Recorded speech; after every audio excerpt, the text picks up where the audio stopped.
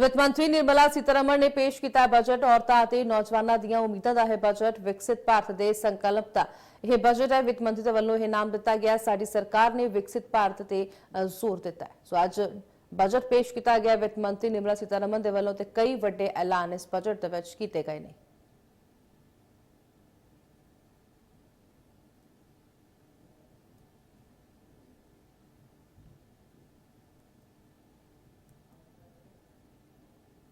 साडी सरकार ने विकसित भारत ते जोर दिता है।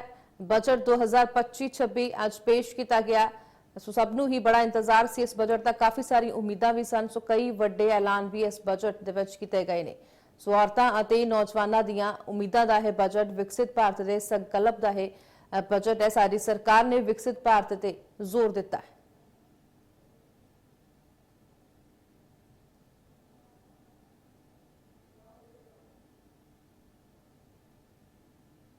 बारह लाख ले हो गई और भी बहुत बढ़िया फीचर्स हैं। कुंभ को लेकर के भी बार-बार हंगामा। मैंने कुंभ को छोड़िए ना, बजट की बात अब हम कर रहे हैं और बहुत बढ़िया बजट है जिसके। The way opposition is alleging that this is just because of vote bank, how do you see? What is your? What do you mean? You see, you have to do some context setting. Budgets. Look, this is the first full budget of Modi 3.0. Point 1. Point 2. Elections will happen. This time, this year, election now in Delhi, then in Bihar, then somewhere else. Election, because unless you have one nation, one poll, elections will happen. But you have to do an annual budgeting exercise also, whereas government's existing spending, revenue receipts, expenditure, all have to be looked at. But I think what stands out about this budget, it provides a feel-good factor. It will encourage spending, not only in infrastructure, because of capex, but the middle class, especially, which has gone up from 7 to 12. I'll talk to you in detail later. Thank you.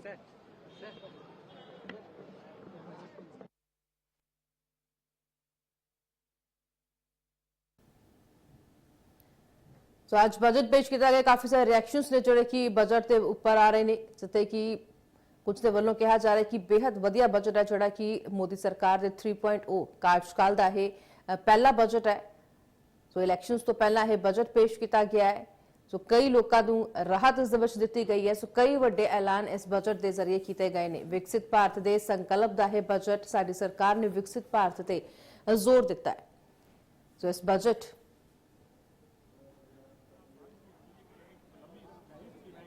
देखिए, सबसे ज्यादा तो स्टेटों के नाम देखिए। बिहार जहाँ पे चोन आ रही है, बिहार बिहार बिहार। उसके बाद असम की आ रही है तो असम। पंजाब का तो नामो निशानी है। वो किसान धरने में बैठे 4 साल से एमएसपी की लीगल गारंटी के लिए।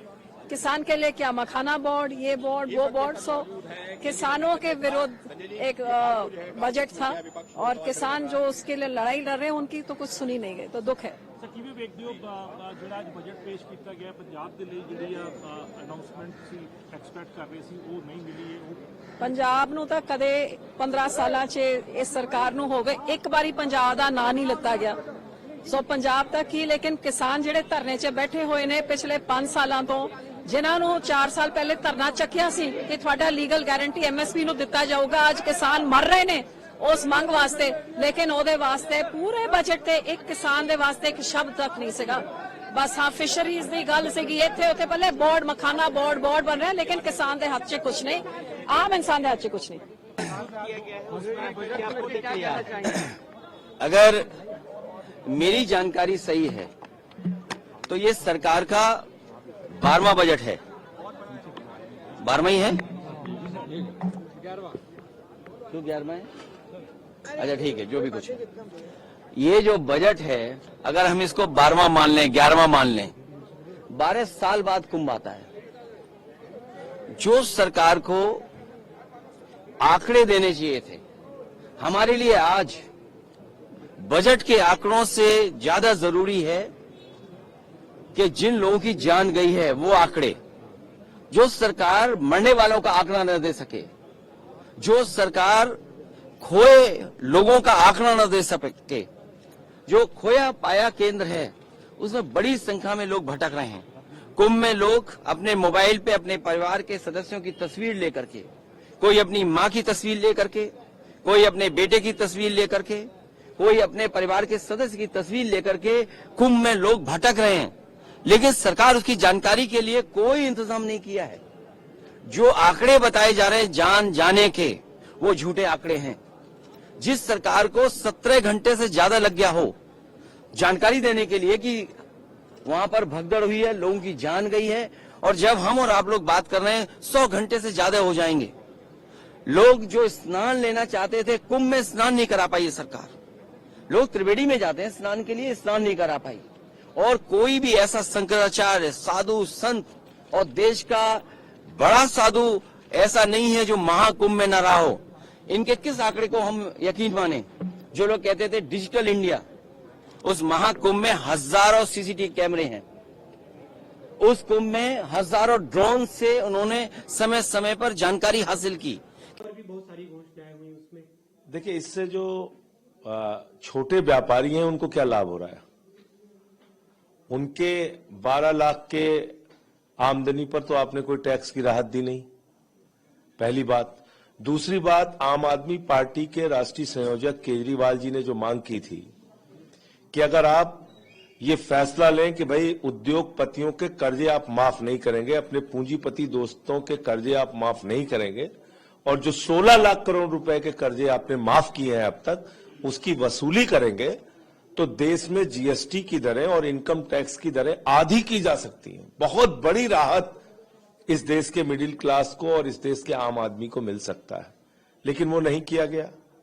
आपने देखा, कोई ऐलान नहीं किया गया इस प्रकार का कि जो पूंजीपति हैं, बड़े बड़े जो प्रधानमंत्री जी के दोस्त हैं, बीजेपी के दोस्त हैं, जिनका लाखों करोड़ रुपए का कर्जा बाकी है, उनका कर्जा माफ नहीं किया जाएगा। लाखों करोड़ रुपए का कर्जा जो माफ किया गया है, उसकी वसूली कैसे की जाएगी, इसके बारे में कोई स्पष्टीकरण नहीं। दूसरी बात, रोजगार के लिए इस बजट में कुछ नहीं है। किसान के फसल के दाम के लिए, एमएसपी के लिए दोगुना करने के लिए कोई बजट का आपने निर्धारण नहीं किया। तो कुल मिलाकर एक ऊंट के मुंह में जीरा आपने सैलरीड क्लास को जरूर दिया है, बाकी इसके अलावा इस बजट के अंदर कुछ भी नहीं। आप लोग जो सैलरीड क्लास के लिए, मिडिल क्लास के लिए लगातार आवाज उठा रहे थे कि मिडिल क्लास को सुविधाएं मिलनी चाहिए, तो सैलरीड क्लास के लिए तो राहत है? देखिए, जो छोटे मोटे बिजनेस करने वाले लोग हैं, उनको आपने इससे बाहर कर दिया। उनकी भी तो आमदनी 12-15 लाख रुपए साल की होती है, एक बात। दूसरी बात क्या है कि सबसे बड़ा इस देश की अर्थव्यवस्था को चौपट करने का कारण क्या है कि आपने चंद पूंजीपतियों का 16 लाख करोड़ रुपए माफ कर दिया। जीरो लगाते लगाते थक जाएंगे आप, इतना पैसा माफ किया है मोदी सरकार ने। और उस 16 लाख करोड़ रुपए की वसूली आप कैसे करेंगे, आपने उस पर कोई बातचीत नहीं की। आने वाले दिनों में आप अपने पूंजीपति दोस्तों का कर्जा माफ नहीं करेंगे, इसके बारे में आपने कुछ नहीं बोला, चुपचाप रहे आप। एमएसएमई के लिए कई सारी घोषणाएं, खासतौर पे जो स्टार्टअप के लिए लोन। ऐसी घोषणाएं हम पहले भी इनकी देख चुके हैं। जमीन पे क्या उतरता है? जमीन पे तो हम यही देख रहे हैं कि पूंजीपति दोस्तों का कर्जा माफ हो रहा है। बजट में बिहार का कई बार जिक्र आया, अपोजिशन इसे लेकर सवाल खड़े कर रहा है कि बिहार में चुनाव, इसलिए उसके फोकस है। देखिए, पहली बात तो अभी एक दिमाग में डाउट यही हो रहा है कि इस बात का नोटिफिकेशन ये कह रहे हैं 8 फरवरी के बाद आएगा। क्यों भाई? आप दिल्ली के चुनाव परिणाम का इंतजार कर रहे हैं? आप जो भी स्पष्ट करना है आज करिए ना। तो इसलिए बहुत सारी चीजें हैं, और ये सरकार जहां तक है, मैं फिर दोहरा रहा हूं इस बात को कि देश में जो पूंजीपति हैं, जो बड़े बड़े उद्योगपति हैं, उनके लिए काम करती है। बिहार की आरोपों पे आप क्या कहेंगे कि बिहार को बजट सेंट्रिक रखा गया? और जिस तरह से 100 जो ऐसे इलाके हैं जिलों में किसान और किसानी की चिंता की, वो बहुत ही अलौकिक है। स्वाभाविक है, मैं बिहार का हूं, तो बिहार के लिए जो आईआईटी में फैसिलिटी मिल रही है, जो मखाना बोर्ड, ये हम लोग की बहुत दिन से मांग थी, कृषि के लिए, मिथिलांचल के नहरों के लिए, तो प्रधानमंत्री जी का हृदय से धन्यवाद, उन्होंने बिहार की चिंता की है। वित्त मंत्री का धन्यवाद। और इनकम टैक्स 12 लाख जीरो, इसे कहते हैं ड्रीम बजट।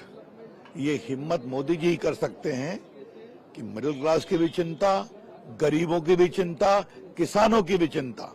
बहुत अभिनंदन। विपक्ष कह रहा है कि ये चुनावी राज का बजट है, तो विपक्ष क्या करेगा? आज तक 10 साल में विपक्ष को मोदी जी के बारे में एक भी अच्छे शब्द मिले क्या? और छोड़िए, उनकी जो कांग्रेस पार्टी के बड़ी नेता हैं, उन्होंने राष्ट्रपति के बारे में किन शब्दों का प्रयोग किया? ये तो उनका अस्तर है, क्या बताया जाए। बहुत सुंदर बजट है, अभिनंदन।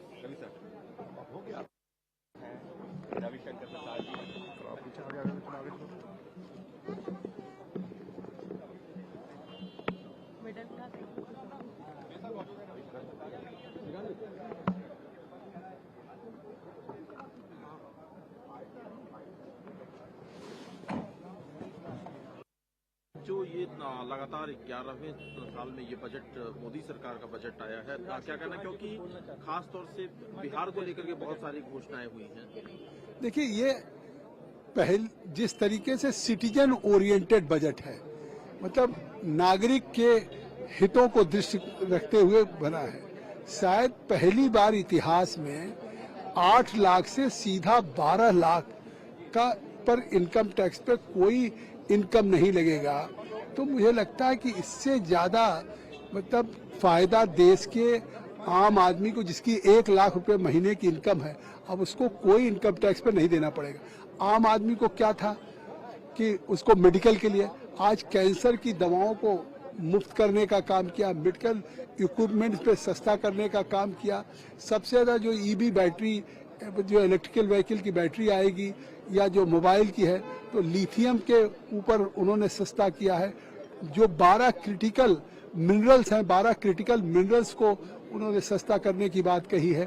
तो और मुझे लगता है कि ये इस बार का बजट तो निश्चित तौर से केवल एक साल का एनुअल बजट नहीं है कि कितनी प्राप्तियां हैं और कितना एक्सपेंडिचर है, बल्कि ये जो उन्होंने 2047 का एक विकसित भारत का है, उसका एक फाउंडेशन है। लेकिन सर, बजट भाषण शुरू होने से पहले जिस तरह से विपक्षी सांसदों ने हंगामा किया, महाकुंभ में जो लोग की मृत्यु हुई है उनके आंकड़े जारी करने की मांग की और वॉकआउट किया, क्या कहेंगे सर? देखिए, मतलब बजट देश का होता है, देश के 140 करोड़ की जनता से जुड़ा हुआ बजट है।